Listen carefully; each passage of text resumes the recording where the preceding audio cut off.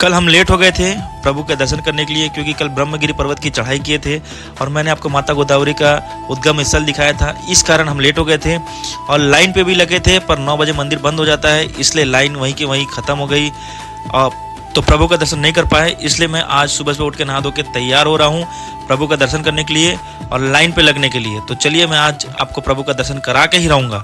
तो चलिए आइए लाइन पे लगते हैं। तो हम आ चुके हैं।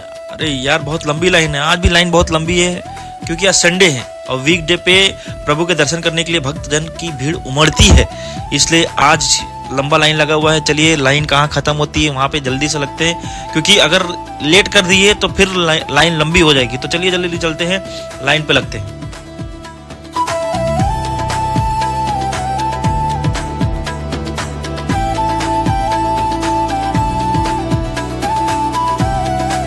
अभी हमको थोड़ा वेट करना पड़ेगा क्योंकि मंदिर खुलेगा 5:30 बजे। मंदिर 4 बजे खुल जाती है, पर प्रभु की आरती होती है।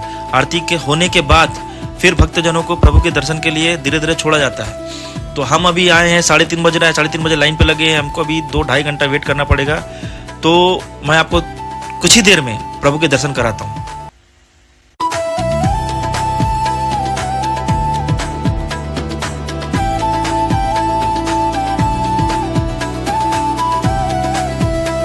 मंदिर खुल गई है, बज गए हैं 5:30। अब धीरे धीरे लाइन आगे जा रही है, तो हम भी धीरे धीरे आगे बढ़ रहे हैं प्रभु के दर्शन करने के लिए, प्रभु के नज़दीक बढ़ रहे हैं। तो मैं आगे चल के आपको प्रभु का दर्शन कराता हूँ। अब मैं गेट नंबर 1 पर एंट्री कर रहा हूँ। ये देखिए कितनी लंबी लाइन है, कितनी लंबी भीड़ है प्रभु के दर्शन के लिए। ऐसा लग रहा है स्वर्ग पे आ गए हैं। आके अब प्रभु के दर्शन आपको कराता हूँ।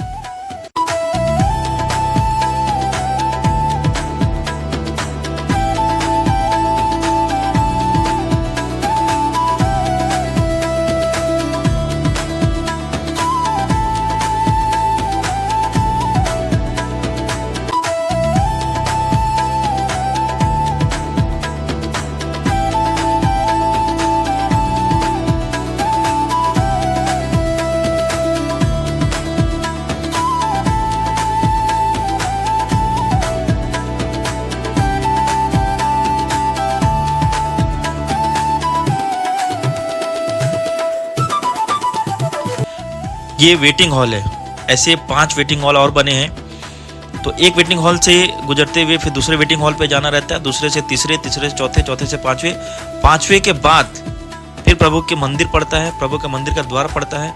उसके बाद नंदी ग्रह आता है जहाँ पे नंदी विराजमान है। फिर आता है प्रभु का लिंग, ज्योतिर्लिंग। तो चलिए मेरे साथ बने रहिए, मैं आगे चल के आपको प्रभु के दर्शन कराता हूँ और साथ में नंदी महाराज के भी। तो ये है वेटिंग हॉल नंबर 5, ये लास्ट वेटिंग हॉल है। इसके बाद सीधा प्रभु का दर्शन। इसके पहले हम नंदी ग्रह पे जाएंगे, नंदी भगवान के दर्शन करेंगे, उसके बाद प्रभु का दर्शन करेंगे।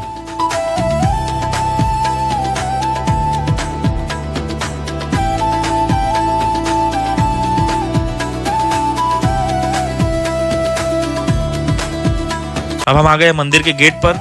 यह है मंदिर का गेट, देखिए कितना सुंदर बना हुआ है। प्राचीन मंदिर है, जैसे प्राचीन मंदिर हुआ करते हैं ना, पत्थरों से बना रहता है। तो आप मंदिर का आनंद उठाइए, देखिए कितना सुंदर, कितना भव्य मंदिर बनाया है। ऐसे लग रहा है स्वर्ग में सच में आ गए हैं। अब हम आ गए नंदी ग्रह पर। कथा यह है कि भोलेनाथ महादेव नंदी जी को वरदान दिए थे।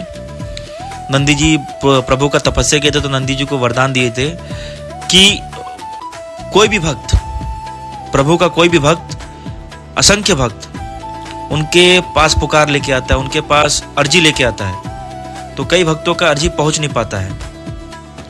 तो नंदी महाराज को उनके भक्ति से प्रसन्न होकर भोलेनाथ ने यह वरदान दिया था कि कोई भी भक्त अगर नंदी महाराज के कान पर अपनी कोई भी विनती बोलता है तो वह डायरेक्ट महादेव तक पहुंचता है और उनकी अर्जी, उनकी विनती स्वीकार की जाती है सबसे पहले।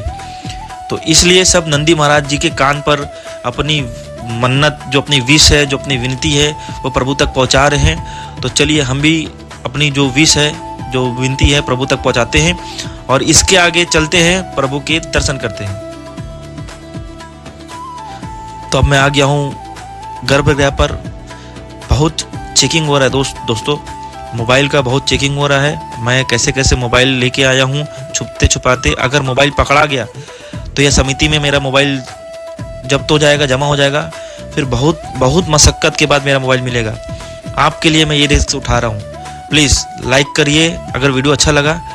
अगर आपको आप तक पहुँची मेरी बात और प्रभु का दर्शन आप तक पहुँचा तो कमेंट करके बताइए।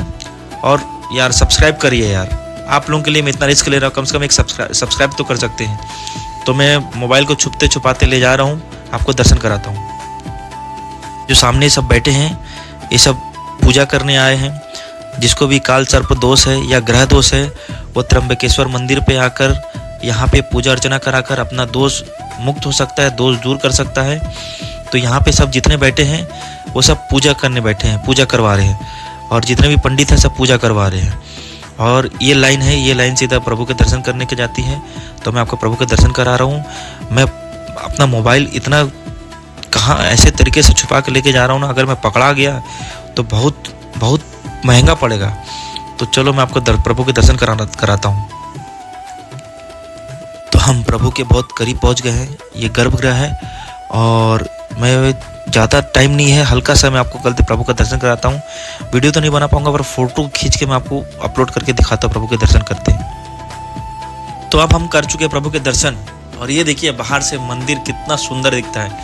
ये है प्रभु का त्रिशूल और जितनी भी रील बनती है यही त्रिशूल सामने आपको दिखता है। देखिए मैं आपको दिखा रहा हूँ। और ये मंदिर का अभी कार्य प्रगति पे चल रहा है। और भीमा शंकर यहाँ से सीधा डायरेक्ट घृष्णेश्वर ज्योतिर्लिंग करने के बाद मेरा मन था कि मैं भीमा शंकर ज्योतिर्लिंग के भी दर्शन करूं और आपको भी कराऊं।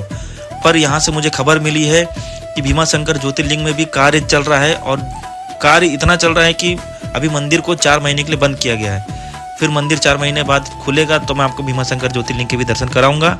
और यहाँ पे भी कार्य चल रहा है। तो अभी आप त्र्यंबकेश्वर ज्योतिर्लिंग के दर्शन कर रहे हैं। और अब यहीं से वीडियो को विराम करते हैं, वीडियो को अंत करते ख़त्म करते हैं और चलते हैं घृष्णेश्वर ज्योतिर्लिंग। और मैं आपको आगे घृष्णेश्वर ज्योतिर्लिंग का दर्शन कराता हूँ।